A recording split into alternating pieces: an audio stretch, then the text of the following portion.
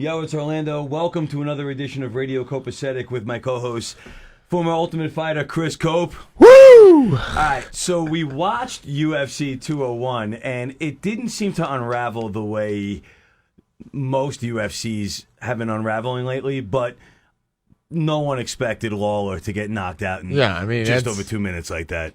I've never seen Lawler get beat like that, besides when he fought Nick Diaz back in the day, and Nick Diaz actually, KO'd him. I wonder if Lawler's going to complain that he was drugged, but we'll get into that later on. But what does this mean for the UFC now? I mean, once again, you can almost smell the fear from Dana White as Lawler went down in 2 minutes. Yeah, I mean, I think some tension's definitely on Dana, because since the buy actually happened and everything else. But at the same time, there's no defiant champ right now. There's no, besides Mighty Mouse, but he's the 125-pound champ. Right. Who really cares about the 125-pound champ? That's the thing. There's no draw. Yeah.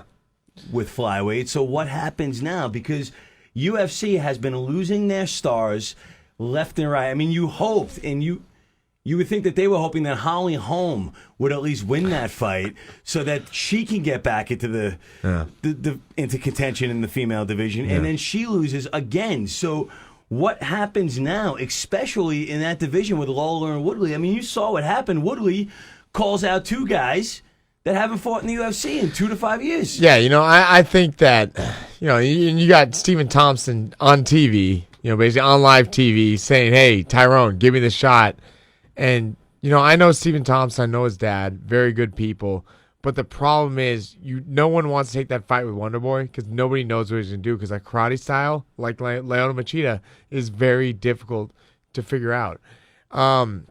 Nate Diaz, though, I think that's the one that makes sense, because the Diaz brothers, whether they win or lose, everyone wants to watch them because you just never know what they're going to do. What does that say for the UFC, though? Because they suspended Nick Diaz for 5 years for smoking pot, which is absurd.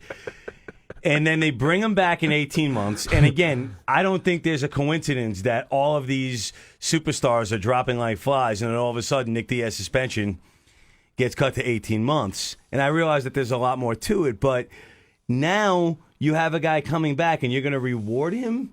Reward a guy who was suspended for drug use? Not that I have a problem with it, but you're going to reward a guy who was suspended for drug use with a title fight? Well, the Diaz brothers are funny because they're like ghetto vegans that smoke a gang of pot.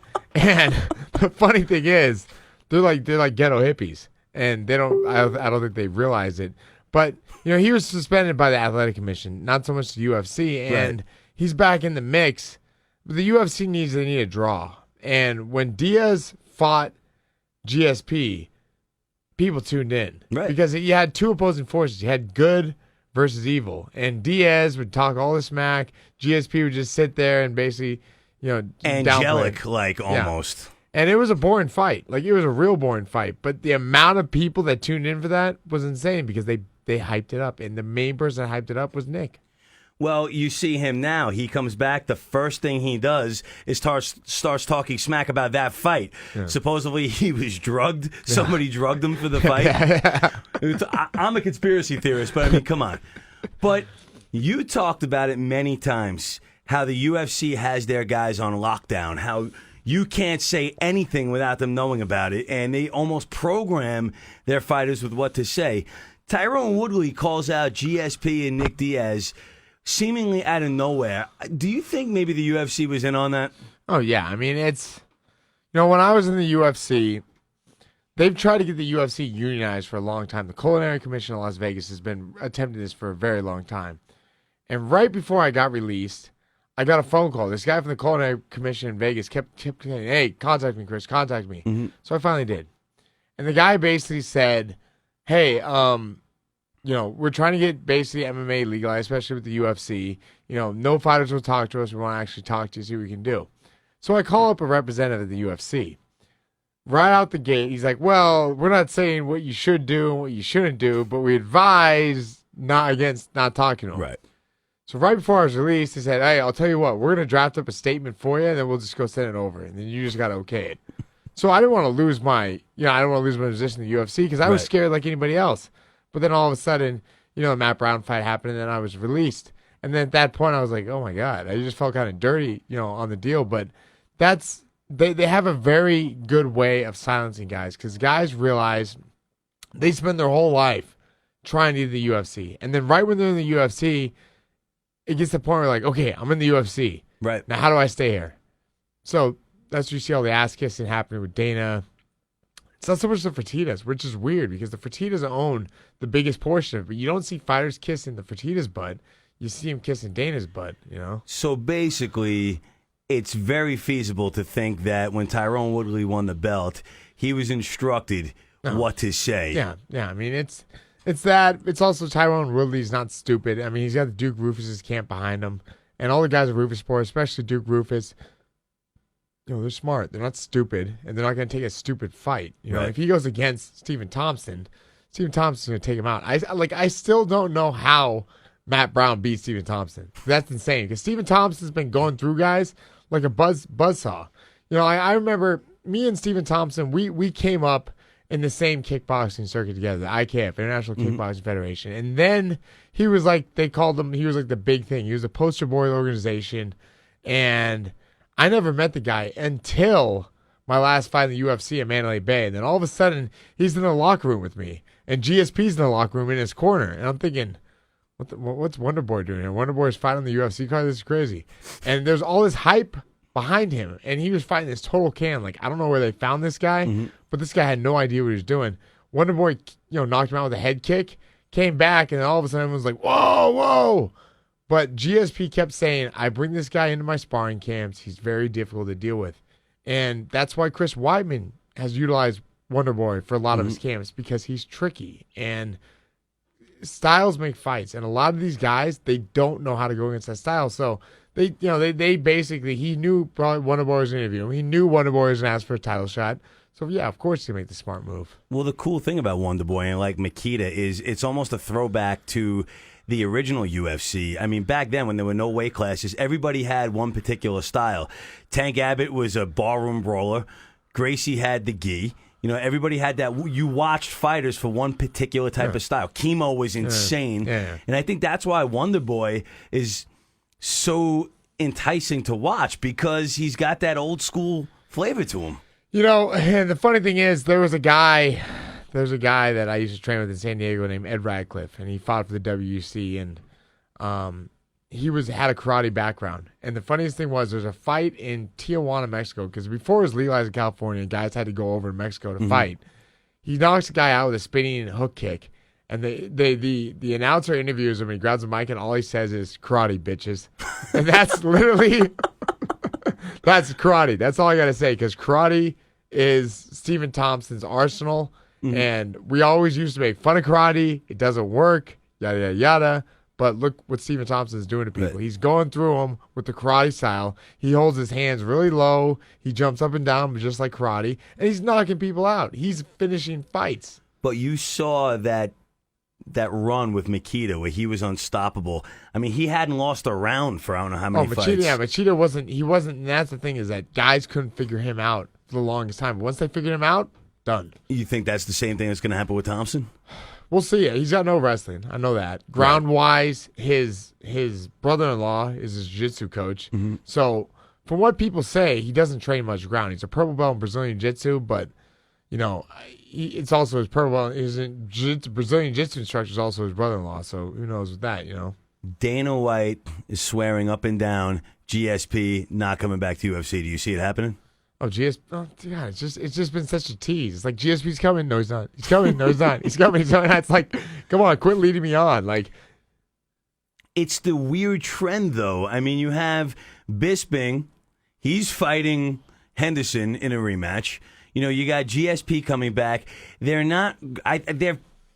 They're treading a dangerous line here, where they keep bringing back old school guys and old superstars to make money without building new fighters and new stars. Yeah. Well, here's the thing with GSP, and GSP is my favorite fighter of all time. But GSP, they have a saying in fighting: fight to win, don't fight to not to lose. Right. GSP is an amazing striker, but he would take guys down, he'd lay on them, he'd grind out decisions. He would do what it took to win. When he fought his last fight against what was his name? I think Big Rig. When he fought his last fight against Big Rig, the guy was a 170-pound champ. Mm-hmm. God, I don't know why I'm not able to think about it, but he barely won that fight. A lot of people think he lost. I thought he lost the fight. His face was destroyed. Johnny Hendricks. He fought Johnny Hendricks. When he basically, Joe Rogan comes up to him and says, "Hey, GSP, what's next? Like, do you think you won that fight?" And he's all confused, doesn't know if he's retiring. Says he has to step back for a while, has to step away. Then there's stories that he's dealing with a pregnancy, he's dealing with drug abuse, like all kinds of stuff's floating around. The bottom line is this: he almost lost that fight. Right. He's a champion. They gave him a decision. He retired as the champion. The problem is fighting is like crack. It's always calling your name. Now, I've never smoked crack, but that's the perfect, the perfect description with it, because you can't really walk away from it. That's why so many of these guys, they retire from fighting and then they start training people because they always want to be part of it. Do you think the UFC has some resentment towards GSP? Oh, 100%. 100%. Because GSP went out. He screwed him. Oh, so much about the drug stuff. He said that he wasn't going to come back until they started doing with USADA, started doing the drug testing with that. And yeah, GSP has got he said a lot of stuff with the UFC, but it's GSP. They have made so much money off of GSP. It's ridiculous. Like the wealthiest people in MMA, BJ Penn, number one, because he came from wealth. Right. Number two is GSP. GSP made more money than Anderson Silva. I think that they would have to bring him back. But again, the line that they're treading here, the Bisping-Henderson fight, that's a dead end. So, like, what happens? If Henderson wins, he retires, title goes up in the... Like, what happens? But see, that's the thing. That fight right there is not about a belt or anything else. That's about just flat-out grudge match. But the belt's in the way. Yeah, it's in the way of the UFC's future. Yeah, no, I know. And that's the thing. So Henderson, let's say Henderson knocks out Bisping. Henderson knocks out Bisping, then he retires as a champion, belt's right there. He might come back, who knows? But then you got Bisping. Bisping gets it. Bisping's like that champion where you're like, I can't believe that guy's champion. Like, he's champion, right, but you don't look at him as a champion. And that's the thing about it, is like, a lot of people still look, and Anderson Silva hasn't been the champion for so long, but a lot of people still look as him as a middleweight champion. Bisping, to me, is the Roddy Piper of UFC. Not the best fighter, but he used his mouth. Anderson Silva, so dynamic. I don't think anybody probably even knows. I mean, if you are just a casual fan of UFC, you might not even know about the entire chapter of his career with Weidman. Well, here's the thing. Name a highlight knockout of Michael Bisping that he's done on somebody. Right. Name a highlight knockout with Anderson Silva. There's plenty. Because Anderson Silva was like... Griffith comes to mind. Exactly. Was like Michael Jordan when he dunked from the free throw line. Yep. You saw it and you're like, damn. That was like amazing. Everything stops. You can hear a pin drop because you're like, that was amazing. I get that, but I mean, you saw the last fight of Anderson Silva's. I understand that he took it on less than 2 days' notice, but Anderson Silva is at the twilight of his career as well. Again, who is UFC going to bring up? What are they going to do to make some stars? Because every time they keep trying to put somebody out there, they're getting knocked out. Lawler, again, to me, was like one of the last guys that had that name power that can get it done in the ring without having much of a personality. But even Lawler didn't have that appeal that you had some of these other individuals. I mean, a lot of it is me banking on basically Rousey coming back. And the one thing is, even though Dominic Cruz doesn't have finishes, people kind of like him because the trash that he talks, the way that he moves. But Dominic Cruz is basically fragile. He's getting hurt all the time. He's had 3 injuries that were, completely insane, but he's able to build it, but he doesn't have the finishing power, and that's what people want to see. They want to see knockouts. They want to see crazy submissions. But more than crazy submissions, they want to see knockouts. So do you think a representative from the UFC may pull him aside and say, hey, look, here's what we want to see. This is what might make you some more money? You don't know. I mean, because these guys now involved with the UFC, I mean, if they're smart, they'll basically back off and let Dana run it the way that he's been running and leave it at that. But at the same time, Dana could care less because he's laughing his way to the bank. No matter what happens, he got paid. End of story. That's like saying, hey, I want you to work on my car. Here's $20,000. Now go work on my car. Right. The candidate's like, dude, I just got $20,000. I can take as long as I want. Rule number one, if you do any kind of business deal, if you have him do a job, maybe pay him half up front, but then pay half upon completion. Sure. Don't all up front. So the thing is, what's Dana got pressure to do for anything? He's already built it. He's going to go down in history as somebody that bought a $4 million company and brought it to $4 billion. You know what I mean? So it's like he's always going to be remembered for that. It was the largest profit in any sports transaction in history. Yeah. Look, the way I'm looking at it now, if you're looking at and you look at the stuff you've been posting on Radio Copacetic on the Facebook page, you look at all of the hype that Nate Diaz is getting for this upcoming rematch with Conor McGregor, I think the UFC has a plan B just in case Diaz wins the second fight. I mean, it's Diaz now that's doing all of this primetime media, of this social media. Yeah, you see when he's on the Jimmy Kimmel show? These guys hate interviews. They always talk about how much they hate it, and the guy's on Kimmel. Like, what's going on here? But that's insane to me. Nate Diaz on a primetime, of all people, like, he doesn't have that universal appeal. He's not the girl next door like Rousey. He's not a refined gentleman like GSP. Yeah. Nate Diaz was on Jimmy Kimmel. That's mind-boggling. No, I know, it is. And it's a funny thing because it's just like wrestling. Because we know with wrestling, where the longest time you had the hero and you had the heel, and then all of a sudden there was a convergence where the heel, with like Stone Cold Steve Austin, he started becoming like the hero. Right. So with this whole deal is, both these guys, McGregor and Diaz, are kind of like heels. They're both guys that you either love them or you hate them, and they go off of that. But I think what happened with Diaz is this: that money talks. Anytime anybody gets paid anything, all of a sudden things start to change. Right. So he walks away with $500,000 for that fight. Then he's like, well, I can make more money. I just keep amping this thing up. They're going to pay me. He looks at this. Maybe this might be my last big payday. Let me basically take it for all that it's worth. You know what I mean? Well, I think his value keeps rising. So even if he does lose, I mean, he's got the first win under the belt. Oh. So even if Nate Diaz loses to Conor McGregor, there's McGregor Diaz 3. Yeah, no, I know.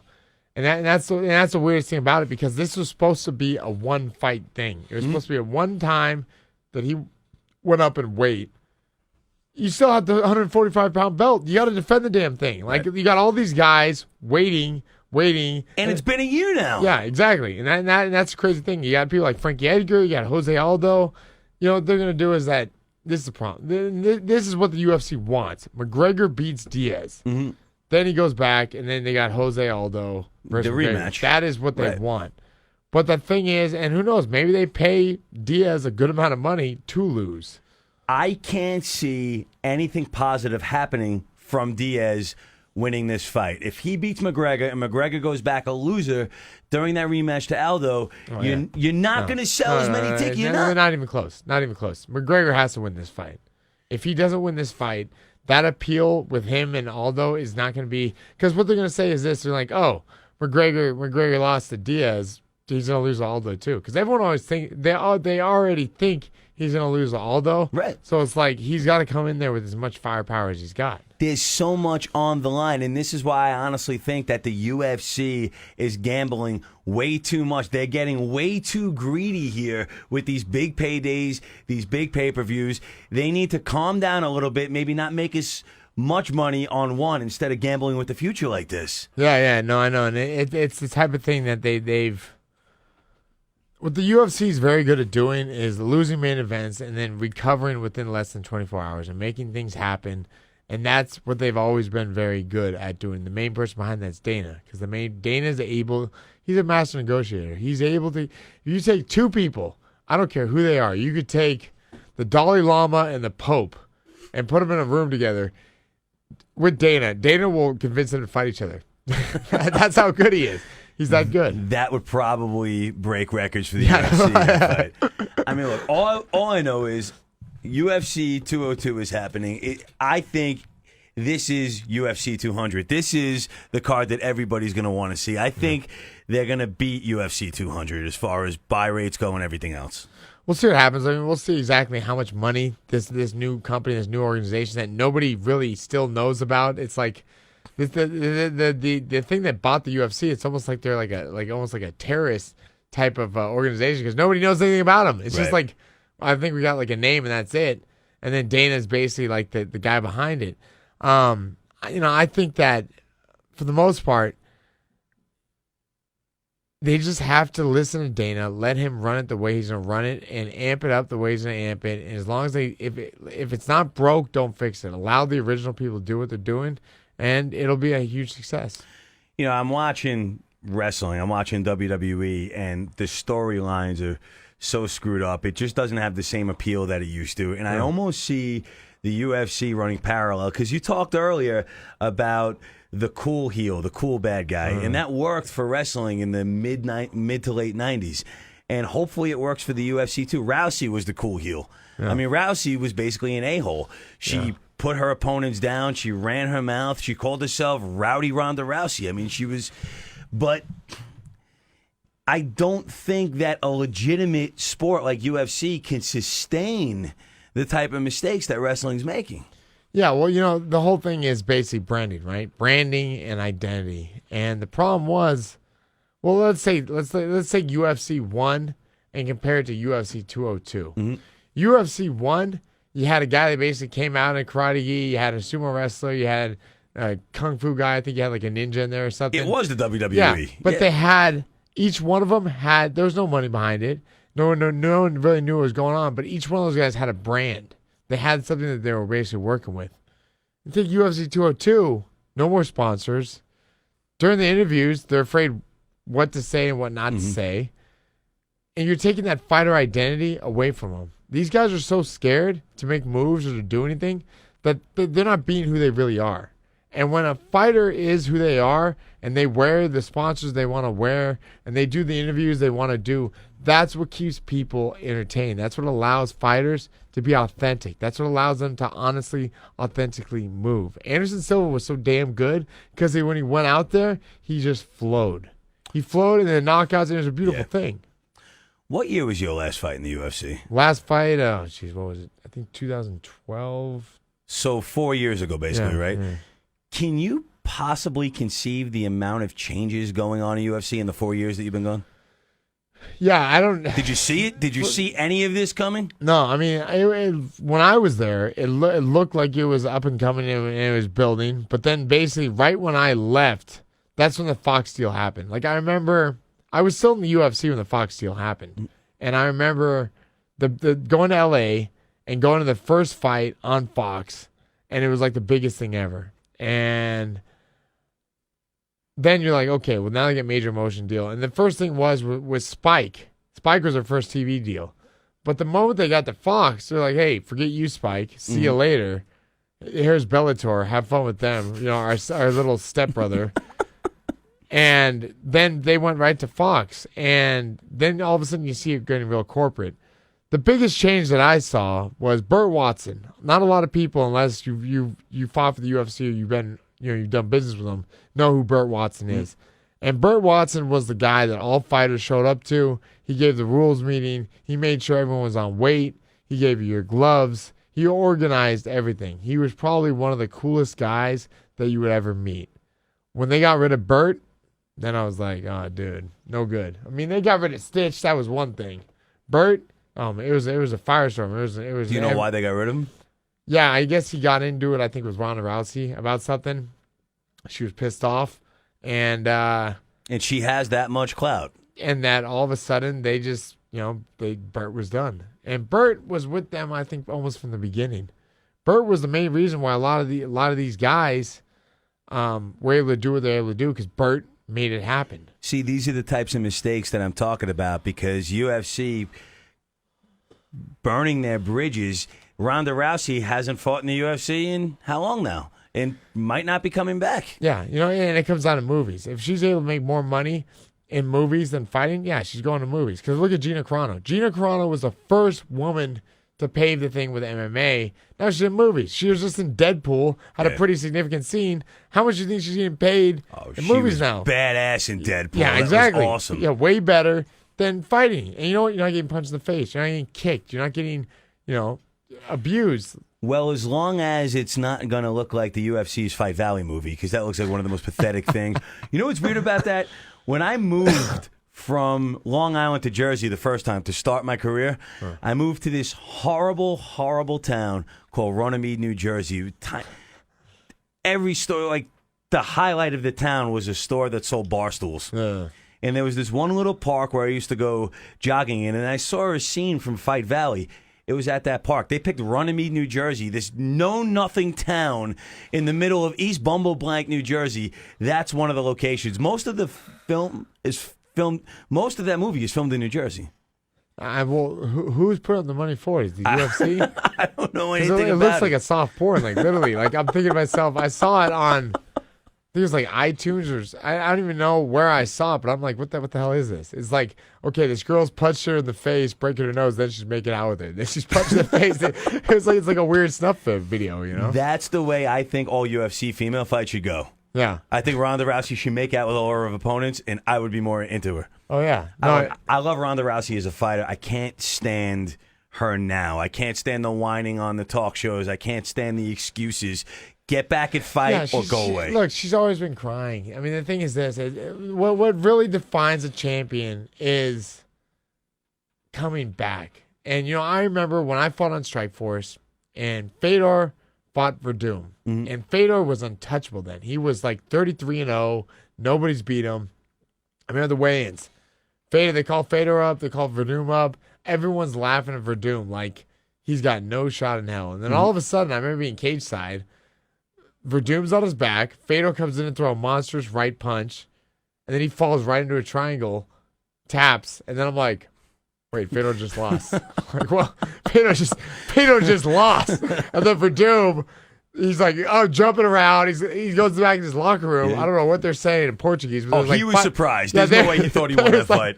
There was like 500 people in his locker room. Like, I'm so happy. He's a champion. Fedor's just like, you know, like monotone, like how he always is.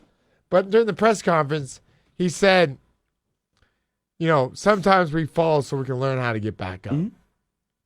Well, Fedor fell a bunch of more times and got knocked out by Dan Anderson and everything else. But the thing is this, he still came back and made an attempt. Rousey, yeah, hey, you know what? You got knocked out. You were untouchable for a long time. The big test is going to be, do you come back? I don't think she should get the credit that she gets now as this fighting champion if she doesn't come back. Because to me, she's a coward. When she went on Ellen and she did that whole, I wanted to kill myself, but then I saw my boyfriend and I have to have his babies. I'm sorry. I lost a lot of respect for her. I mean, to me, especially with everything going on now with suicide prevention and stuff, that's the last thing a role model should be saying. Hey, I wanted to end my life because something didn't go my way. Yeah. I mean, it was insulting. But you know what? I got you to tune in. And I'm still talking about it since 7 months ago. So the Ronda Rousey, that's what I'm talking about, it factor. That's the it factor that she's got where you're like, you know what? I love this girl, but I hate her. But the thing is, we're all talking about her. And she knows that the longer she waits, the longer that she goes in seclusion, the bigger the payday. The more we talk about it, the more we amp it up. And whether we call her a queen or we call her a brat, we're still giving her acknowledgments, and that's what she wants. She's not stupid. But, I mean, the thing is that her coming back, it depends on what she comes back to. The girl who's a champion now, I know nothing about her, but it's like she doesn't have that it factor. Rousey was really the last one. When Miesha Tate had it, Miesha Tate didn't even have that it factor. The only thing that Miesha Tate had was her rivalry with Ronda Rousey. But UFC screwed up there, too. The first fight should have been Holly Holm versus Miesha Tate in a rematch. Yeah. Like, I don't understand what they were doing. Yeah, I know. Anyway, we could talk about this forever. Instead, we're going to pop this up on Radio Copacetic. We're going to meet up next week. I mean, UFC 200's in what, 3 weeks? 202's in what, 3 weeks? By the time we meet up next week, we'll probably be on UFC 212. Yeah. That's the way they're right there going. They'll be talking about, I mean, they're already talking about 205. Well, Woodley's talking about fighting GSP at 205. Yeah, you know, and this is the thing is that you have to... They have to slow down, and you got to build anticipation, right? It's like if you don't have any anticipation, you just give people what they want, then it's not going to be beneficial. The UFC used to be great because there used to be UFC every 3 months. Mm-hmm. You had to wait 3 months, and before that, it was 6 months. And then before that, you're like, God, I don't even know when they're going to do a next one because I think it's about to get outlawed. And it was like an amazing thing, and people would crowd around and everything else. But now when you have like 4 UFCs in 1 week, you lose track of the fighters. You have no idea what's going on. With the uniforms, you lose track of that fighter identity. With basically, where they're told what to say during press conferences and everything else being totally, politically correct. Well, let's be honest here. This is the fight game. It's not supposed to be politically correct. They're not supposed to say the right or wrong thing. This is fighting.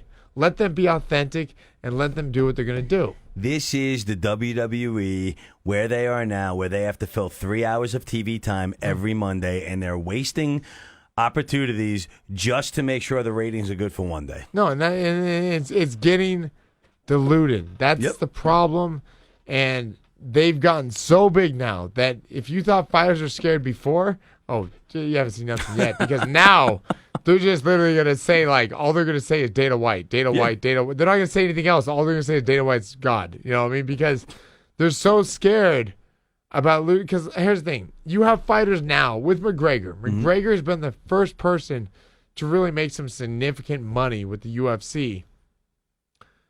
They're going to walk away from the UFC and go to Bellator? Who in Bellator is making a lot of money? Who's going to pay him? Yeah. Yeah, exactly. Who in any other organization is making a lot of money? They're the only game in town. It's a monopoly. So now these guys are going to be literally just petrified, right? And everybody's going to be fighting just to keep their job. But also the good thing is they see McGregor, they see him building up fights, trash talking. Now everyone's doing it. Now when you got Facebook Live, all these fighters are calling people out. Like Jeremy Stevens. I used to train with him. Jeremy Stevens just called out Frankie Edgar, in his car driving while doing Facebook Live. Yo, Frankie, what's up, man? Let's do this. And Jeremy's mad cool. He's training with me, hits hard. He's a good dude. That thing got 300,000 views, in a couple hours. Right. Because now we don't need to have this set up and everything else. You can literally just take a phone, call somebody out on Facebook. Let's say you're just walking around, and let's just say, you want to fight the champion, and you're in title contention. Well, hell, just take your phone, go, you know what, hey, I want you to talk a whole bunch of trash, and then hit send. And boom, that's up there in the interweb, and then before you know it, you got what you want. So now these fighters, they don't have to go through this whole, they can really build, if they get their social media skills down, they can really be a force and build their brand the way that they want it. But who knows if they'll do that, because then all of a sudden they'll get a phone call from the UFC going, hey, what are you doing? Right. You do that again, we're going to release you. Let's see what happens next week. That is my buddy Chris Cope. We'll talk to you guys next week. Woo!